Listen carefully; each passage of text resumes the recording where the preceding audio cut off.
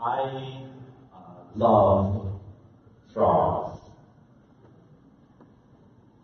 It is something that I enjoy the nature isn't that don't you just want to hold it and let it pee on your hand and just adore it. How are you love frogs? Just us. These days are so fun. I don't know when my love for frogs started. I think that it had something to do with the fact that just when I could walk, before I could talk, my grandfather would take me and a bucket and a flashlight out into they lived in an apartment complex at the time, and would take me out and walking on the sidewalk, looking under bushes, and these toads would be hopping everywhere, and I was fascinated by them. I've had many frogs. Many frogs that have come into my life and have died in my care as a boy. And then there are many frogs that have come through my hands when I give it to friends. And I've gone to the reptile show in Pomona quite often. I love them. I don't know what it is. They're not cuddly. You can't pet them really. They don't know an affection, just a tolerance to you. Kind of like cats. And they're amazing. They're great. There is this book, Frog and Toad, that into the next one. Oh, I like you. The frogs have a life cycle, and I think if we remember that God has created these creatures that go from one state into a completely other state, we can have patience with ourselves when we see that we're not quite what we expect ourselves to become. And we can be in various stages, and it's okay. We can look different than each other. It's okay. Because the life force is moving through us all. And it's a neat experience to catch a pollywog, and then it grow legs, and then use its tail, and end up eating things you have to spend a lot of money for at the pet shop. So this book right here, The Frog and Toad Together, it's by Arnold Lobel. This book, I had seen it growing up. I was not interested in it, because I opened it up, and for whatever reason, I just didn't understand it. How come people write children's books that it takes becoming an adult to really understand? What's the deal with that? But the best children's books. Oh, man. So I didn't pay attention to this book, because when I was a kid, I was like, no, it's boring. And I never opened it. It was not one of my easy reader, the Robin class reading group in first grade. So I never read it. And then Jeff Boyd, he's one of the movers and shakers for Adventist Peace Fellowship. Our church is a part of the Adventist Peace Fellowship group. And he posted on his Instagram a few pictures. He's a father, and he obviously got inspired. And he went through this story that I'm going to read for you. And posted a few pictures of it, and it just got me. Maybe because I'm an adult, maybe because my experiences have changed, maybe because I'm mature, maybe because I'm immature, I'm not sure. But this story really connected with me. And I'd like to share this very secular story with you, and I hope that you see what Jesus is doing in it. This is a story. Frog and Toad were reading a book together. The people in this book are brave, said Toad. They fight dragons and giants. They are never afraid. I wonder if we are brave, said Frog. Frog and Toad looked into a mirror. We look brave, said Frog. Yes, but are we? Asked Toad. Frog and Toad went outside. We can try to climb this mountain, said Frog. That should tell us if we are brave. Frog went leaping over rocks, and Toad came puffing behind him. They came to a dark cave. A big snake came out of the cave. "And gosh," said the snake. When he saw Frog and Toad, he opened his wide mouth. Frog and Toad jumped away. Toad was shaking. "I am not afraid," he cried. They climbed higher, and they heard a loud noise. Many large stones were rolling down the mountain. "It's an avalanche," cried Toad. Frog and Toad jumped away. Frog was trembling. "I'm not afraid," he shouted. They came to the top of the mountain. The shadow of a hawk fell over them. Frog and Toad jumped under a rock. The hawk flew away. "We are not afraid," screamed Frog and Toad at the same time. Then they ran down the mountain very fast. They ran past the place where they saw the avalanche. They ran past the place where they saw the snake. They ran all the way to Toad's house. "Frog, I am glad to have a brave friend like you," said Toad. He jumped into the bed and pulled the covers over his head. "And I'm happy to know a brave person like you, Toad," said Frog. He jumped into the closet and shut the door. Toad stayed in the bed, and Frog stayed in the closet. They stayed there for a long time, just feeling very brave together. Cute story. How many of you have ever felt like Frog or Toad?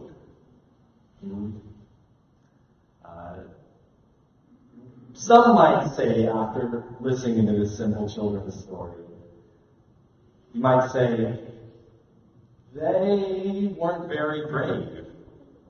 I mean, when they encountered the snake, they got scared. When they saw the rocks falling, they got scared. When they saw the hawk, they got even more scared. But they said, "We're not afraid." And eventually they ran back home and hid under the covers and in the closet and just stayed there for a long time. Are they brave? Are they brave? There's a story about this man named Joshua in the Bible. He was a man that was a mighty man of valor. And he had done incredible things with Moses as their leader. But then Moses was gone. Moses died. And then God had chosen Joshua to lead the people. And he's right there at this river, about ready to cross over this river, and with all of the people. They don't have any fighting skills. They've been in the desert for 40 years. This entire generation is absent of any fighting experience. They don't know what they're doing. And they're about to cross over to this land that God has promised them. And you might think, well, this is a mighty man of valor. This is a great warrior, Joshua. But then God, he comes to him. And in Joshua 1, chapter 1, right at the beginning, verse 9, he says, "I have commanded you to be brave and strong, haven't I? Don't be alarmed or terrified, because the Lord your God is with you wherever you go." If Joshua didn't have any fear, why would God have to tell him, "Do not be afraid"? If Joshua had no fear in his heart, this man that did great deeds and led the people in these valiant efforts, why would God have to say, "Don't be afraid"? Why would God need to remind this man that has seen everything that has happened over the past 38 years to the children of Israel, all of their doubting and through all of that, when God did incredible things, giving them water when they were thirsty, giving them food when they were hungry, giving them protection and shade in the desert. This man saw these things and he says, and God has to remind him, "Because I will be with you. Be strong and courageous. When God gave me this word, when He gave me that text, I was terrified. I was scared. I was thinking, what is God bringing me into? And fear was in my heart.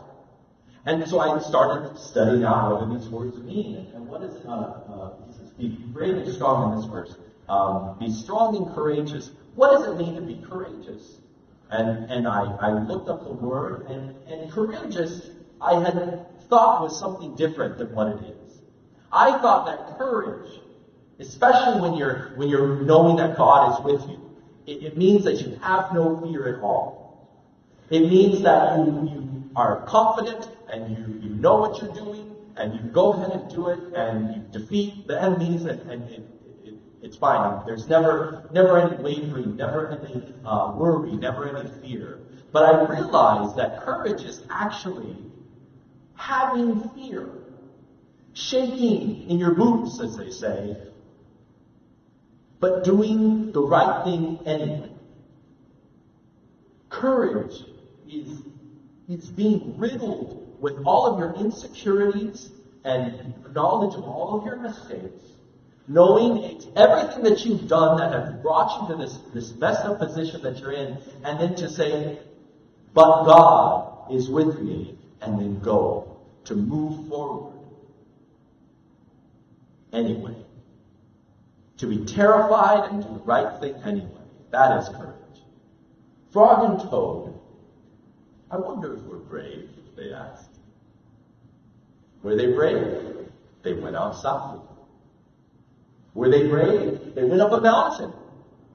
Were they brave? They walked in front of a den of a snake. Were they brave? They ran from an avalanche. That's smart. That's different. That's smart. Were they brave? They went on top of a mountain. Yes, they saw a hawk's shadow. Yes, they ran back down the mountain. Yes, they ran back into their house, and they hid under the covers and in the closet. And they were there a long time. But that's not the end of their story. And the next chapter begins, and they go outside again. Bravery is not an absence of fear. Bravery is knowing that God is with you. Hearing His call in your life, the promise that God has made that He will provide for you, that He will bring you to the place that He has destined you to go. He who began a good work in you will carry it on to completion in the day of the Lord Jesus Christ. By the time your story ends, He will bring you and begins again. He will bring you into that place. That maybe it's something inside of you that is so great and overwhelming that you think, I can never make headway. I can never conquer this fear. I can never conquer these faults. I can never do the things that I need to do in order to get on my own 2 feet or get into the right position or advance in this area of my life. I can't do it, but to say, God, I need you to give me this. I need you to give me advancement. I need you to lead me. And then to follow. Maybe that courage, that strength, that bravery, when you look at that mirror, isn't there. But when you go outside, it's proof. There's a lot of things in the life of a human that are terrifying.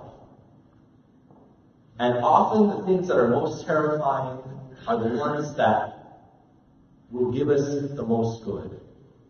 To actually know that God has called you to take a risk.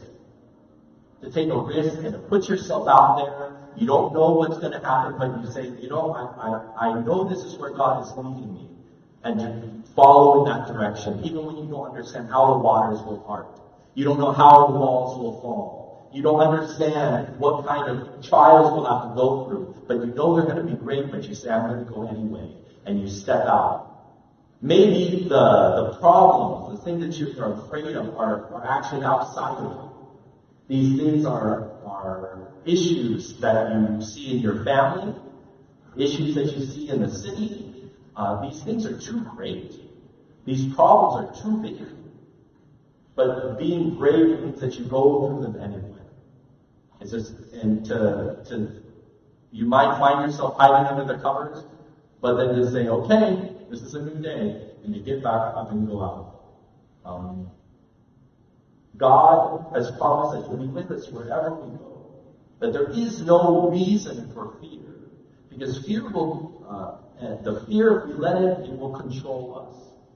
And we must say that this is not going to be a part of the way that I live my life. I will trust in God. The fact that Jesus is our leader, the fact that Jesus is our model, our example, this Jesus that modeled this patience, this trust in His Father in heaven, that even when His life was on the line, He trusted. And He gave Himself for us. That His character can be in us. That our confidence can be in Him. And He gave us a symbol that we use in our church called communion, where we come together and we take these emblems, this bread and this juice, and we see that it represents who He is and what He's done, the kind of lengths that He'll go, pushing past all the fear and inhibitions that are innate to our humanity, and He pushes through it for us. And we take this, we eat these things, and this unity around the person of Jesus brings us together as a church. If it's your first time here, part of our congregation, I'm very happy that you're here. As of the hours, we practice open communion, so everyone is welcome to participate. Everyone is invited. Please participate if you'd like.